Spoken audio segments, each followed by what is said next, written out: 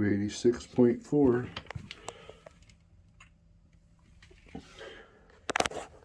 Just like I told you.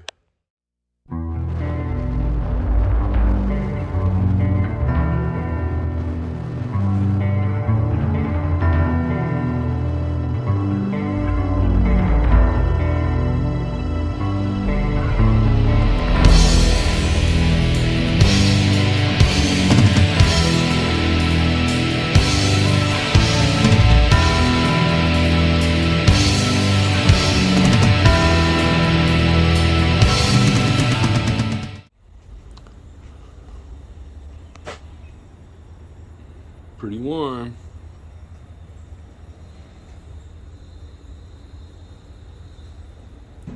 It was suggested to me by a good friend to burn everything for a minute, for an hour actually is what he said, and because I plan on using the grill tonight, I'm gonna cook some brats for the family. I'm not sure if I'm gonna have them or not. And then hamburgers and hot dogs because one of our guests doesn't like bratwurst. And I figured I'd cook all my burgers at once so I have them, for last minute planning or whatever. Day 6, I think is where we're at. 286 is what the scale showed, right? And I'm going to be putting out an interesting video. I know, it's hard to believe. An interesting video with a guest. And that's going to be a separate video. It's not going to be part of the daily vlog thing. So, we're going to cook some brats tonight. So, we'll look at the ingredients and then see if I'm going to have some. Let's talk about triggers. No, not Traegers. Triggers. No, not, the horse trigger. Triggers.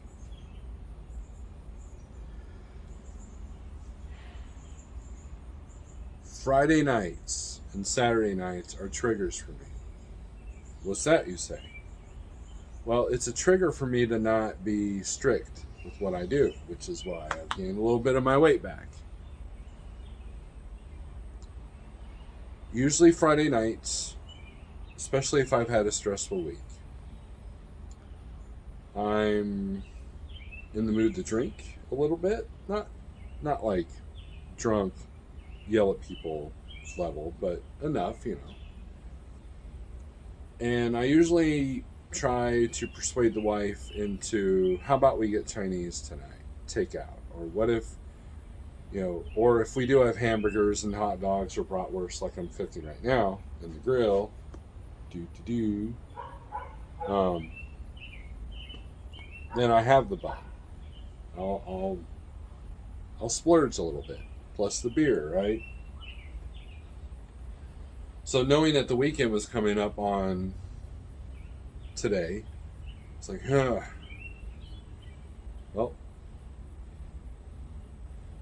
now I got to deal with those triggers. And so just the act of the weekend is a trigger for me. So you gotta, it's tough because you got to figure out what triggers you. What triggers you to eat things that you shouldn't eat. And what I found is when you do 30 or 40 days without something, let's use Facebook for example. I go on these 30-day no Facebook fasts where I get online and I say, hey, if anybody I know dies or if there's any good shows coming up, someone just text me directly. Be on that because I'm not going to be on Facebook for a minute. And usually those fasts happen right before an election or when some big national event's going on, because I don't want anything to do with the negative stuff, right? And the first time I did that, what I found was I was constantly picking up my phone if I was sitting there watching TV. Even though I got Facebook notifications off, I'm sitting there checking Facebook. Like, okay, what's triggering me to pick up my phone when I don't need to pick it up? Now, people say, well, put your phone aside or put it in a different room. Well, I can't do that. As the safety manager of my company, I can't do that. Now, I have two separate phones, so that helps a little bit, but for the most part, I can't just leave my phone, especially if one of my kids is out late. I need to have my phone near me. So obviously that's not an option. Just like as a truck driver, you don't have the option to not go into a convenience store. You got to get fuel, right? You got to use the bathroom, right? And I found that in the mornings I'm triggered by the time of day and the smell of breakfast burritos inside the truck stop that I want to eat something even though I'm not hungry. So I'm looking at, so during the Facebook fast, I know I'm all over the place. I'm like, okay, why did I just pick up my phone? Well, a lot of it's just habitual, like that Pavoli's dog or whatever. It's habitual. It's a time thing. 6 o'clock every day I sit down. I'm drinking a sparkling water and I'm catching up on social media. And next thing you know, I look up at 7 o'clock. Wife's cooked dinner. It's time to eat. And then I'll eat, even though I'm not hungry. She'll make me almond bread. She'll make me extra vegetables. That kind of thing. And I'll eat with the family, even though I'm not really hungry. The only time that I don't do that is if I'm fasting, which has been fewer moments of fasting than it has the year before. So I get remotivated. I read a book or I watch a lot of fasting stuff, and I'm like, oh yeah, I'm motivated again. But then it falters, because of the triggers. Recognizing your triggers is important. Stress, boredom, if you're hopped up on dopamine, like my favorite thing during the wintertime when I was driving was football, Pepsi, and Doritos. That was my favorite thing. And it's not a coincidence that Pepsi bought Frito-Lay, right?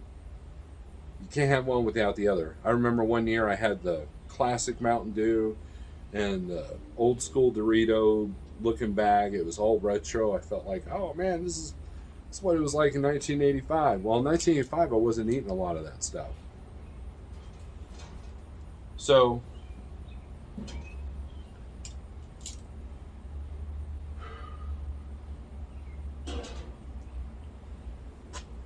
when you go 30 days without something, whether it be adult entertainment, alcohol, sugar, Facebook, YouTube, it helps you get to the root of why you're hooked to that stuff. And that's the purpose of going carnivore for 40 days for me, is to reset everything and re-figure out what my new triggers are since I'm not on the road. When I'm on the road, I figured out those triggers. But at home, I had to refigure them out. Why am I not being dogmatic? Why am I not being strict? Why am I not, holding true? And my weight keeps creeping back up because I've obviously didn't address the root of the problem.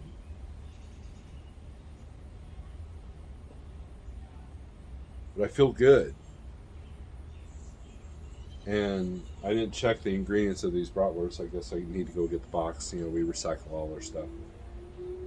But the spices in this might have trigger. That's why some people do the lion diet, because they can't have anything. Like, let's take pork rinds, for example. If you have plain pork rinds, that's good. But if you have and Sterling's going to show that in a video that he's done.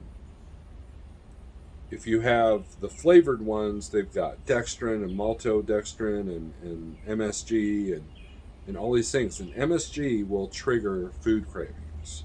Spices can trigger food cravings. Just like sugar triggers salt cravings, salt triggers sugar cravings. It's this endless cycle. And the reality is that it's not good for us. It's killing our gut. It's making us obese. It's making us depressed. And so a 30-day fast can be very beneficial because it helps you figure out where the triggers are, and so you can address them. If you're an emotional eater, then now you can focus on your emotions as you clean up your diet. Anyways, this day is in the books, and it's Friday. So I'm finding triggers this weekend. It's not going to be easy. And I got faith on my side, and I've got friends on my side, and I've got this YouTube accountability thing. Thanks for watching. Peace.